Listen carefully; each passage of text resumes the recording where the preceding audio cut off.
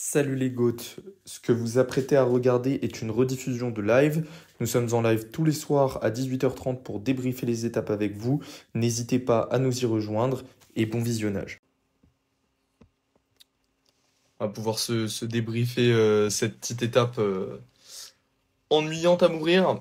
Je serai tout seul aujourd'hui comme Hippo hier, mais bon, c'était long. C'était long. On a eu de la chance de voir Abrahamsen encore une fois aller dans l'échappée. Il a une bonne carte pour être super combatif du tour cette année parce que là, comme tu dis, Sacha, l'étape était vraiment pas ouf. On s'est ennuyé de bout en bout. Voilà, en plus, on le dit souvent, les coureurs font la course. Bah, aujourd'hui, les coureurs ont pas fait la course parce que vraiment, on avait un profil qui était franchement propice à voir plein de belles choses. On avait pas mal de côtes. On a vu IF essayer en début d'étape, notamment avec Paoles dans l'échappée et Bisseger, il me semble. Et puis derrière, ils ont essayé de relancer aussi avec Bettiol, avec Ben Didi. On a vu Romain Grégoire, on a vu Paul Lapera, on a vu Van Der Poel, donc plein de bons coureurs, plein de très bons coureurs même, qui ont essayé d'y aller et puis qui se sont arrêtés finalement parce que Pogačar, parce que Vingegaard prennent, enfin voilà, contrôle. Pogačar qui ramène tout le peloton sur des mecs pas du tout dangereux au général.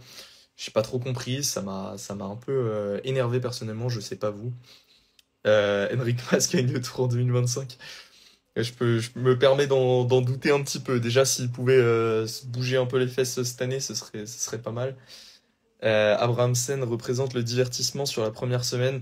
Ouais, c'est vrai que ça, au moins lui, il a l'air de s'amuser, ce qui est pas le cas de tout le monde, hein. Franchement, ça a l'air plus sympa de discuter dans le peloton pour certains.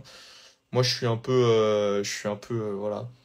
Je pense qu'il y a des équipes qui pourraient mettre des mecs devant. Voilà, G2R, voilà. Est-ce que vraiment Sam Bennett aujourd'hui justifie d'avoir toute l'équipe dans le peloton? Je suis pas sûr. Ouais, le maillot de l'AC Milan, c'est Olivier Giroud. Je sais pas si vous voyez, voilà. Bon, je suis pas dans l'air du temps aujourd'hui. Il rentre même pas sur le terrain à l'Euro, mais bon, on fait comme on peut. Donc voilà, donc bon, bref, oui, la G2R, et puis c'est pas les seuls. Bon, IF, ils ont essayé, mais quand même, c'est pas glorieux. Et puis quand on voit, il y a plein d'équipes, bon, Ineos, peut-être qu'ils auraient pu mettre quelqu'un devant. Enfin, voilà, est-ce que vraiment avoir un leader au général, ça justifie de mettre personne dans l'échappée? Moi, je pense qu'une personne peut aller s'amuser devant, un Kwiatkowski, voilà, peu importe. Moi, je sais pas ce que c'est votre avis là-dessus. Mais voilà, en tout cas, ouais, Girmay, vainqueur du maillot vert cette année, bah ouais, on va y venir, parce que le sprint, du coup, qui a été complètement décousu avec cette arrivée qui, un peu par palier, c'était faux plat descendant jusqu'à 1 km de l'arrivée, après ça monte fort, un peu plat, et ça remonte fort sur les 150 derniers mètres, ce qui a complètement piégé certaines équipes. Lotto et AG2R sont devant beaucoup trop tôt, à 3 km de l'arrivée. C'est un peu cata. Pourquoi être devant si tôt avec si peu de coureurs? Bon. Voilà, bon, les sprints de l'auto, en ce début de Tour de France, de Ligue, il est un peu laissé seul avec lui-même, hein, parce que on l'emmène beaucoup trop tôt, et puis derrière, dans le dernier kilomètre, il est complètement seul. Donc bon, moi, ça me déçoit un petit peu. On l'avait vu faire un super, super poisson pilote pour Groenewegen il y a de ça, il y a de ça 2 jours. Et puis là, aujourd'hui, bah, c'est pas lui, c'est Brian Cocard qui s'est transformé en poisson pilote, avec Axel Zingler qui part tellement trop tôt. On a Axel Zingler, ouais, qui part dans la première partie montante. Et puis après, Cocard qui lance son sprint à 200 mètres de l'arrivée sur le plat, comme s'il savait pas que ça allait remonter. Et puis ça remonte fort, donc il s'est complètement écrasé. Girmay a pu déboîter. Et voilà. Et Philipsen, encore deuxième, ouais, en effet, ça commence à faire beaucoup. Je sais pas s'il va réussir à aller la chercher. Il est encore favori pour demain, je pense. On va en parler un peu plus tard. Mais ouais, ça commence à faire beaucoup de deuxième place pour Philipsen, même s'il y en a une où il est déclassé, donc techniquement elle compte pas. Il a vraiment un manque de confiance énorme. On le voit dans les sprints, il est très mal placé. Il lâche la roue de Van Der Poel. Bon, aujourd'hui, Van Der Poel n'a même pas. Enfin voilà, très tôt, on les voit se parler. T'as l'impression que Van Der Poel va pas faire le poisson pilote. Donc bon, ceci justifie peut-être cela, mais ouais, il se balade, il ose pas faire confiance à son train comme l'an dernier. Et puis, du coup, il part tôt. Encore aujourd'hui, il part un peu tôt. Parce qu'il a pas confiance en fait qu'il peut battre les autres dans des sprints voilà, purs. Donc c'est un peu dommage. Je pense que beaucoup d'équipes réservent leurs coureurs pour demain. Il peut y avoir beaucoup de chutes, de crevaisons, donc tout le monde peut être utile. Ouais, c'est clair. Après, voilà, le tour, c'est 21 étapes. On sait que à chaque fois, on dit oui, une étape sur le tour, ça vaut beaucoup plus que n'importe quelle victoire dans la saison. Bah, peut-être qu'il faut se réveiller un petit peu. Peut-être qu'il faut pas tout miser sur une étape. Peut-être que quand il y a des étapes comme ça où l'échappée a quand même de bonnes chances d'aller au bout, bah, il faut mettre quelqu'un devant. Parce qu'aujourd'hui, Abrahamsen, s'il n'était pas tout seul, il y avait des chances que ça aille au bout. Il n'y avait pas tant d'équipes que ça pour rouler. Donc forcément, là, comme il n'y a qu'une personne devant, c'est facile à contrôler. Mais au final, aujourd'hui, tout le monde est passé. Ça a vraiment pas roulé de la journée. J'ai pas les moyennes en tête du tout, donc peut-être que je me trompe un petit peu, mais c'est pas glorieux. C'est pas glorieux. Il y avait Cavendish qui était là à la fin, alors qu'il y avait quand même pas mal de dénivelé aujourd'hui, pas mal de différentes côtes où Cavendish, on l'a vu lâcher plusieurs fois, il a pu revenir à chaque fois parce que bah, il y avait que Abrahamsen devant, il n'y avait pas besoin de rouler, et c'est très décevant. C'est très décevant comme étape, c'est vraiment, ça n'a pas tenu ses promesses. J'ai vu deux questions qui se ressemblent un peu.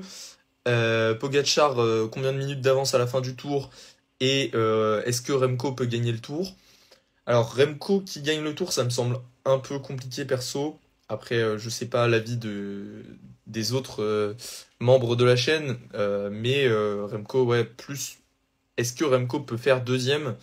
Ou est-ce que Vingegaard sera deuxième, Remco troisième? Je pense que le podium, il est très clairement capable d'aller le chercher. C'était notre prono pour la majorité avant le tour.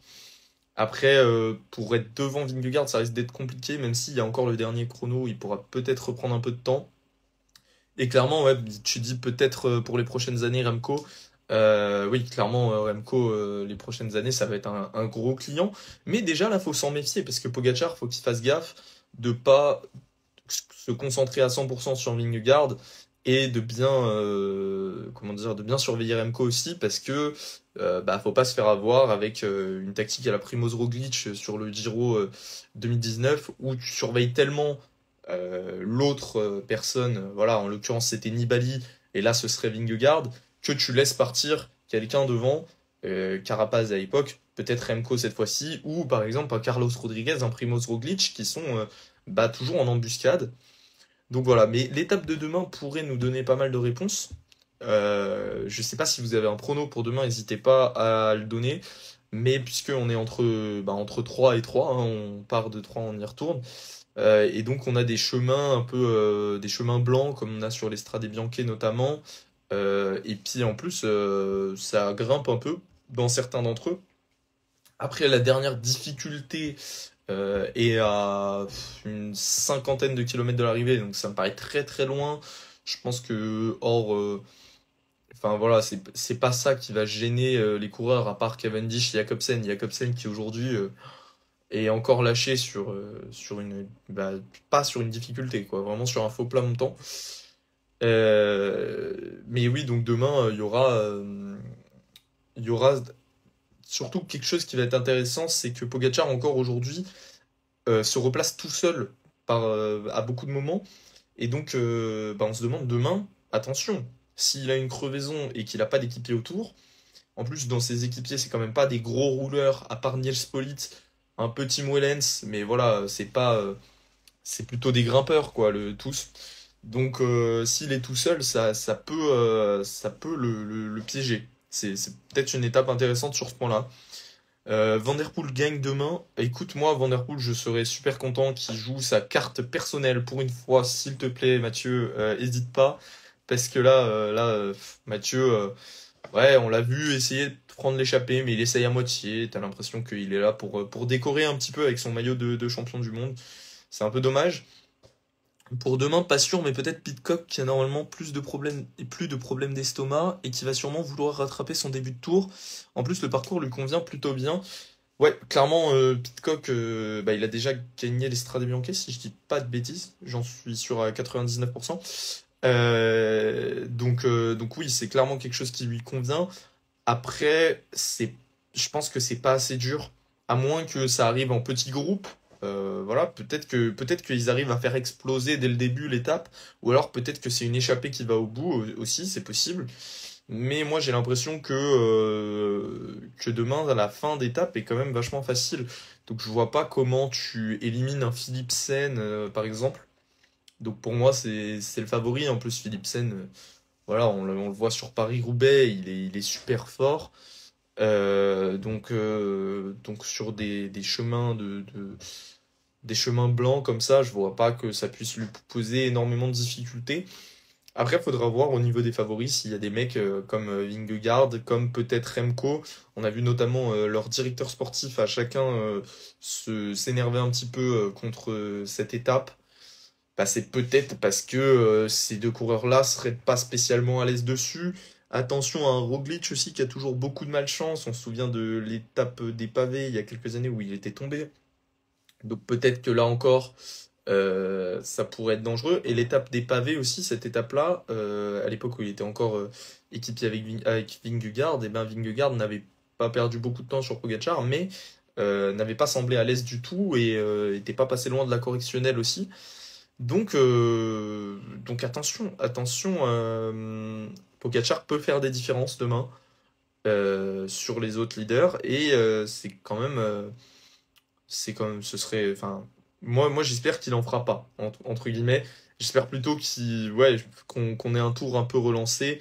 Euh, je vois bien une course comme celle de l'étape des pavés sur le Tour 2022 où on verrait une échappée à 6-7 coureurs gagnés avec des coureurs comme Kort Nielsen, Madouas ou Pidcock. Bah écoute, je suis assez d'accord avec ton scénario, Timothée. Moi, je suis plutôt d'accord avec toi. Après 6-7 coureurs, je vois bien même un groupe à un peu plus, peut-être 10-12 coureurs qui s'échappent en tête. Peut-être un Van Der Poel, peut-être voilà, des coureurs comme ça. Parce que je pense que si tu restes dans le peloton, oui, un Philipsen, il est capable de rester. Et j'espère que Alpecin ne va pas s'entêter avec la carte Philipsen encore à tout bout de champ et va nous laisser un peu nous laisser voir un peu les autres coureurs de l'effectif, un Gianni Vermeersch, un Soren Kragh Andersen et un Mathieu Van Der Poel qui voilà, Van Der Poel clairement, mais même les deux autres ont des très belles cartes à jouer et ce serait vraiment dommage de les cantonner à un rôle d'équipier. Donc voilà, en tout cas demain une étape qui sera beaucoup plus intéressante que celle d'aujourd'hui, où on s'est ennuyé à la mort. Donc merci beaucoup à Abramsen, voilà, c'est ça que je voulais dire, qui nous a évité l'ennui total. Et puis voilà, après, c'était une deuxième semaine, techniquement pas encore, mais on sait que c'était des étapes où on allait s'ennuyer pendant 4-5 jours.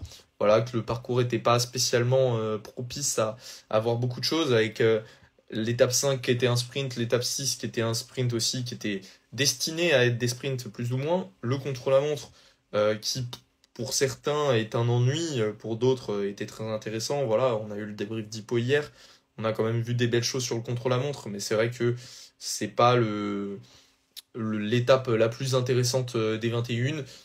Aujourd'hui, l'étape sûrement la plus ennuyante du tour. Enfin, j'ose espérer parce que si on a pire que ça, c'est vraiment qu'on est tombé bien bas. Demain, c'est censé être cool. Lundi, repos. Mardi, sprint. Encore, étape plate. Là aussi, on risque de s'ennuyer.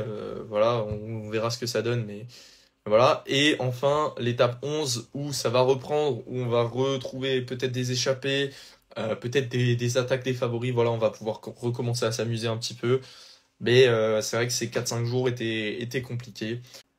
Je sais pas ce que tu penses, mais je trouve que Pogacar n'a pas l'air au mieux. Ouah, franchement, moi je suis pas d'accord, hein. Enfin, Pogacar, il m'a vraiment pas semblé en difficulté aujourd'hui.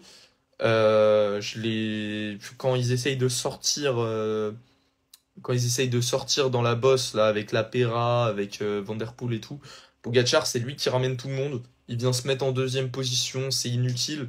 et il gâche toute l'échappée, donc j'ai pas l'impression qu'il était dans le dur. Sinon, s'il était vraiment pas spécialement bien, il laisserait juste une échappée de 15 partir.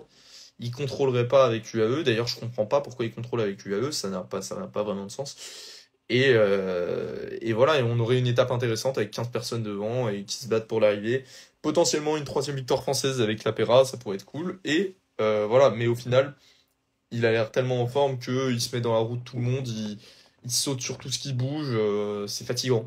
C'est fatigant, mais peut-être que c'est une erreur aussi de sa part, parce que Vingegaard, il en fait pas autant, Remco, il en fait pas autant, même Carlos Rodriguez et Roglic, bon, Roglic n'est pas connu pour en faire beaucoup, mais c'est vrai qu'il court à l'économie, et Pogacar, c'est peut-être de l'énergie qui gaspille. On sait qu'il est plus fort, mais est-ce qu'il y arrivera à conserver toute cette énergie? Pas sûr. Prono pour demain, pff, franchement, moi je vois bien quoi? Peut-être un coureur d'Alpecin, je pense, hein, ça dépend comment il la joue. S'il la joue dans le peloton, je vois bien Philipsen. S'il la joue dans l'échappée, je vois bien un Gianni Vermeersch. Je sais pas pourquoi, mais ça me parle. Très fort en début de saison, très fort sur les classiques, et qui aurait pour une fois sa carte s'il était dans l'échappée. Je pense que ça pourrait être une belle occasion pour lui. Deli, déception, oui et non, parce il fait des bons sprints. C'est que la Lotto l'emmène très mal. La Lotto, il l'emmène à 3 kilomètres de l'arrivée, il est en troisième position. C'est inutile, c'est ce qu'on voyait faire DSM avec 16 balles il y a quelques années, c'est dommage. Et puis voilà, il a l'air fort dans les sprints, donc je pense il peut en claquer une à un moment. Juste pour l'instant, c'est pas réussi. Je trouve qu'on a souvent l'impression que Deli peut pas exprimer son plein potentiel. Oui, aussi parce qu'il est souvent bloqué dans les sprints. Il se place pas très bien, je trouve. Mais s'il était mieux emmené, il serait mieux positionné. Donc c'est toujours l'œuf ou la poule. Ça, je sais pas vous dire. Mais bon, hier, dans le sprint où Groenewegen gagne, il lance super loin de l'arrivée. C'était pas super utile. C'était dommage. Il savait qu'il avait aucune chance. Il aurait dû retarder plus, mais ça aurait sûrement donné le même résultat. Et aujourd'hui, bah, il est enfermé. Mais il est enfermé parce que, bah, il est pareil, je vous l'ai déjà dit, mais il est amené tellement tôt que du coup, il doit se repositionner tout seul. C'est très compliqué quand tu es en première position, que tu dois te laisser dépasser par des gens pour te remettre dans la roue de quelqu'un et derrière resprinter, c'est un peu compliqué. Et Philipsen, il va gagner quand? Bah, ça, c'est la question à 1 million, hein. Si t'as la réponse, eh ben, écoute, je serais content que tu me la donnes. Il peut gagner demain, il est favori encore, mais c'est vrai qu'il commence à vraiment m'inquiéter au niveau de la confiance. Il est pas confiant dans les sprints, il est complètement, enfin, ça se voit qu'il lance de plus loin, il perd la roue de son train, il a sûrement de moins en moins confiance en lui, et du coup, ça impacte son niveau dans les sprints. Et c'est vraiment dommage. Je pense qu'il en prendra une dans ce tour. Mais d'un autre côté, ça nous donne vraiment l'occasion de voir différentes personnes s'imposer. Il gagnera sûrement pas le maillot vert. Ce qui fait que le tour d'Alpecin sera globalement décevant. Leur avait demandé au minimum 3 ou 4 victoires d'étape plus le maillot vert. Et clairement, ils feront pas ça. Donc on pourra leur tirer dessus un peu, surtout que enfin, c'est tout pour Philipsen, visiblement. Donc c'est dommage quand tu as quand même trois quatre coureurs de grande qualité, même Axel Laurence, grande qualité aussi, qui ne s'exprime plus depuis la deuxième étape où il était dans l'échappée, bah, on l'a pas revu. Donc bon, ça commence à être un peu fatigant de voir tout pour Philipsen, peut-être tenter d'autres choses. J'espère voir d'autres choses demain de leur part, encore une fois. Mais voilà, on va croiser les doigts. Donc voilà. Bon bah je vais vous laisser. On se dit à demain. Bah, soyez au rendez-vous comme d'habitude. On parlera sûrement de toute la première semaine en globalité, puisque ce sera le jour de repos le lendemain. Et puis n'hésitez pas à faire un tour comme d'habitude sur les vidéos qu'on a fait en préparation du tour, hein. Elles sont toujours valables avec l'historique des équipes. Voilà, si vous vous ennuyez devant une étape comme aujourd'hui, bah c'est ça qu'il faut aller regarder. Ça vous fera votre après-midi. Et puis nous, ça nous aide toujours autant. Donc c'est très cool.